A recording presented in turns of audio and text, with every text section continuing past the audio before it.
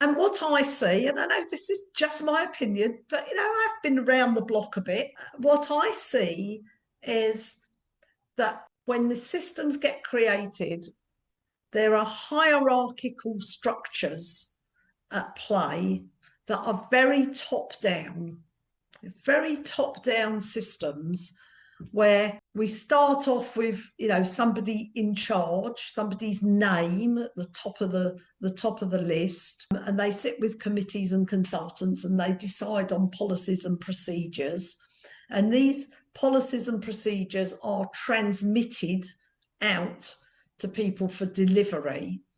And what I see is that actually by the time those things have cascaded from what may have been incredibly well-intentioned, well thought out, lots of reasons behind why they've come the way they are. But when I see where it starts and what actually gets translated, cascaded down and transmitted at the ground floor level, I could drive a bus I could drive an articulated lorry through the gap between what was intended and what actually comes out the other end. And I wonder why that is. And what I see is that we have created a hierarchy. And I'm not saying that hierarchy is bad, but some versions of it are incredibly toxic. So what I see is people reporting to hierarchical structures that are very punitive. So if I'm working on the front line and my manager is invested in my performance, not because they care about the delivery to the service user, but because they need to tick certain boxes in order not to get punished by the person that's further up the food chain, then the intentions and energy and the vibe around what we're doing has lost its original purpose.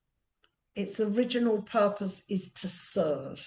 But what we're doing is we're serving something going up in order to avoid punishment, or in order to get a gold star, in order to get Ofsted to tell you that you're outstanding. And for me, the motivation loses something very human and very important about care and love, caring for the right reasons, caring for the wrong reasons, caring in order to avoid being punished or humiliated or scapegoated, and caring out of actually a love for our fellow human beings. And I think one of the examples that really struck me in the early years of the charity of the Centre for Peaceful Solutions, when I had a lot of engagement with community safety teams, was noticing that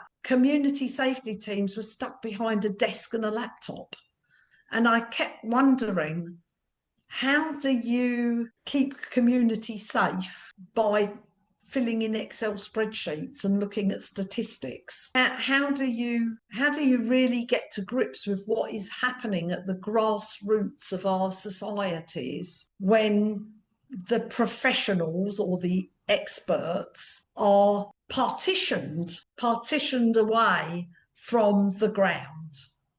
I mean, I heard it put very well a long time ago by a philosopher, philanthropist, who said, how is it that the waters of mercy are not reaching the ground that we want to grow the seedlings from? And I just thought that was very beautiful. And for me, that's a question that we're not asking.